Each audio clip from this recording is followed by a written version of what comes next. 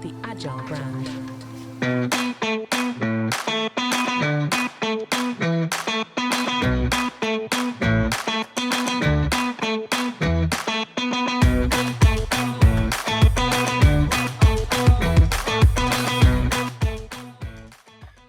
3D scanners sound complicated, and the ability to turn real world objects into lifelike 3D models in minutes might sound like science fiction to some.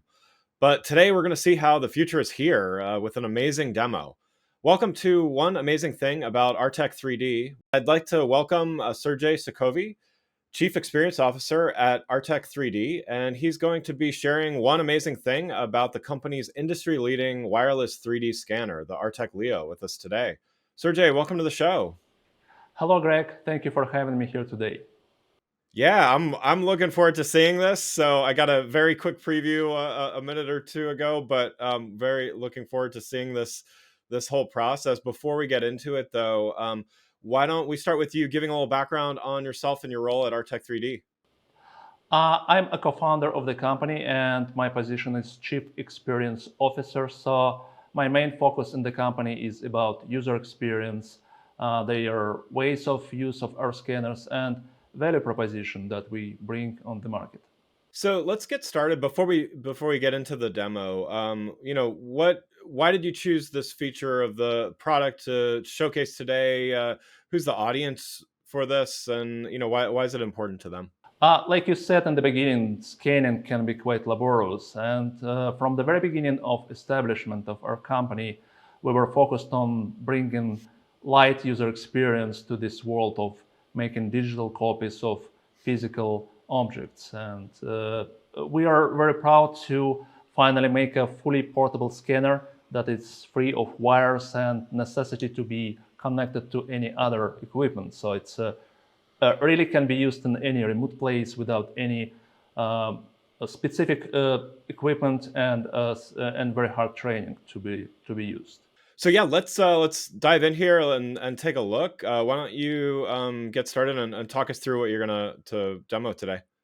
So the scanning process consists of two parts. The first part is very simple, and it's scanning. It's actually a collection of data of the object with the scanner.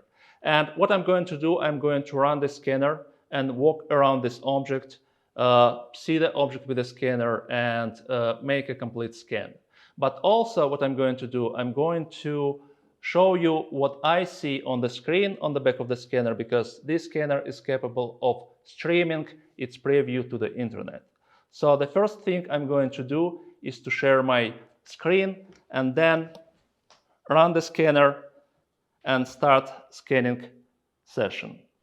So what you see right now, it's a preview. It's actually, the scanner is actually 3D video camera. So what it sees, it's a 3D shape of the object and color of the object from this viewpoint as much as fits in the field of view.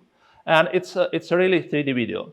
And then to make scanning, I just turn the scanning into a collection mode, and the scanner starts collecting data and put all of data together. So my job of scanning is quite simple. I walk around the object, I kind of paint in the object with the field of view of the camera, and then the camera does all the job itself. So it takes piece by piece data from the object, and it puts it together and aligns it together into a single digital copy.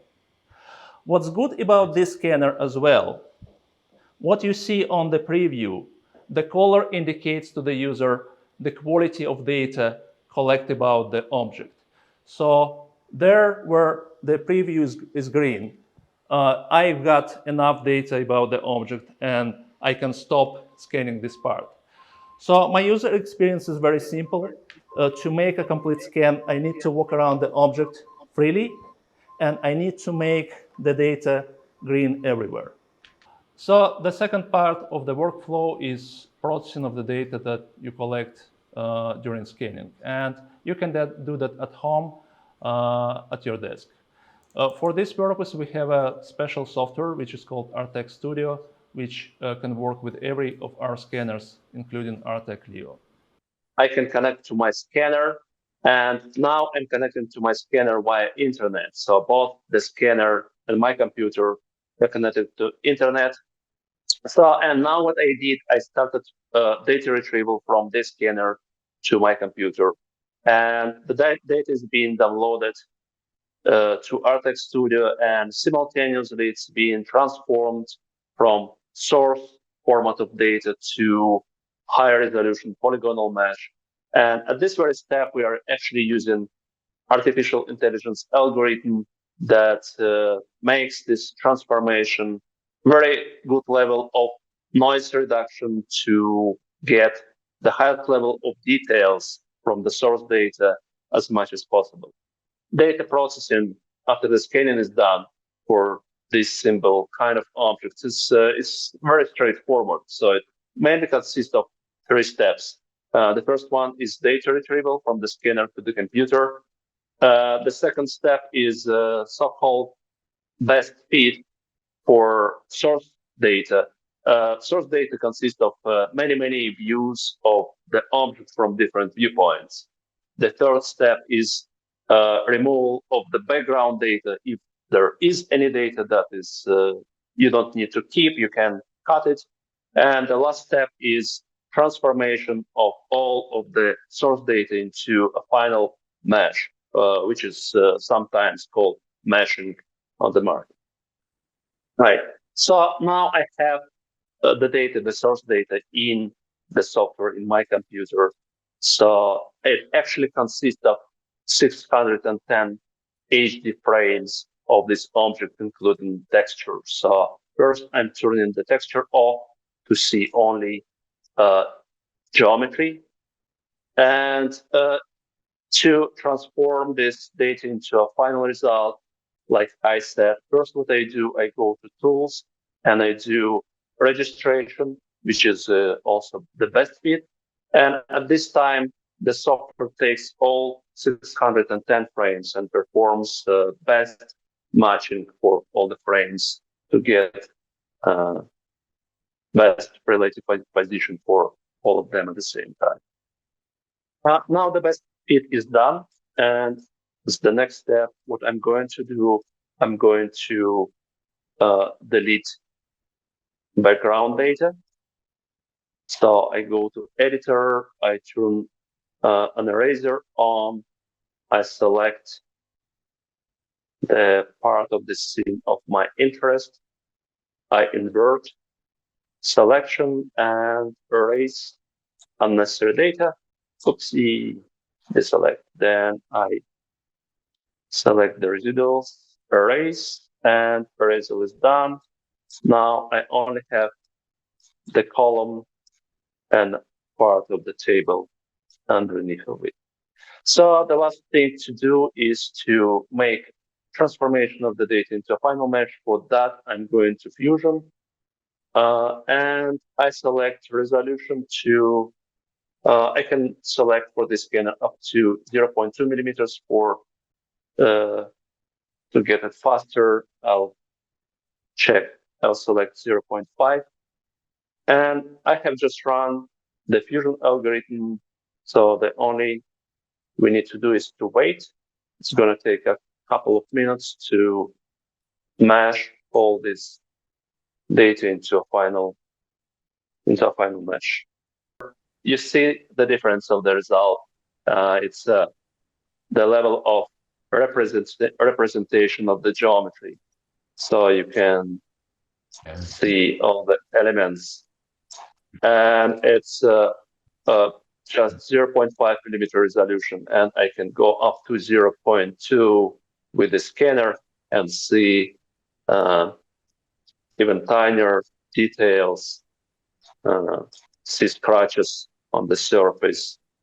And we have this column scanned completely, so scanning took about 1 minute. It was quick. Processing took longer, but was mostly automatic. Then what you can also do with the smash, I can come closer and switch to wireframes so you can see the density of the data. which is quite high. So then what you can do with this data. First of all, if you think or see that you missed something, or you can scan more of the scene, or for example, for this column, you'd want to scan the bottom of it and get as the result only the column without the pedestal. It's absolutely doable in the software. You take the scanner, you make extra scans, collect extra data, and then you easily combine data from different scans together and get final result based on several scans. It's a typical workflow in the software. When you're fine with the result, you can also apply texture to this object. You can make modification of different modifications of the mesh, quite popular and standard. And what's special for our software, we offer a range of tools for design using the data as the base. It's called for reverse engineering for CAD/CAM applications. We have plenty of tools how you can build polygons and surfaces on the top of the data you have as the result of scanning. And you can also take, the user can take different measurements of the surface and make slices, make measurements of linear measurements, spatial measurements, make slices, make measure perimeters, volumes, and so forth, and also make comparison of shape to shape and shape to cut of the scan data to perform, for example, quality control or inspection jobs. And then the user can export the data into popular formats, the data itself, polygonal data plus the color, and also export primitives and designs and measurements if the user did them in the software. Well, thanks so much for sharing this, Sergey. What would a potential next step be after somebody using the product utilizes this feature? What would it allow them to do next? Actually, this product brings a lot of value and value proposition for users in different markets and different fields of applications. It can be heritage preservation, it can be industrial design, quality inspection, archaeology, architecture, science, and even forensic crime scene investigation. All people from these fields are needing 3D digital copies of physical elements of the world for their job. And they already are using some former techniques to do the job. What we can do, we can bring them this benefit of making the scanning job, the job of making digital copies more simple, less expensive, and what is important, much faster. So what they can do is to, with the help of modern technologies like this scanner, to focus more on their primary jobs and occupations, to make scientific research, to make crime investigation, to make graphical design, to make industrial designs, and not to bother to learn some other specific techniques or skills like scanning, because we made it all for them and we give them a tool that will make it for them. Great, great. Well, Sergey, thanks so much for joining the show. This was really cool to see in action. And, for those watching that want to get their hands on the product and learn a little bit more, what's the best way for them to see more and get their hands on it themselves?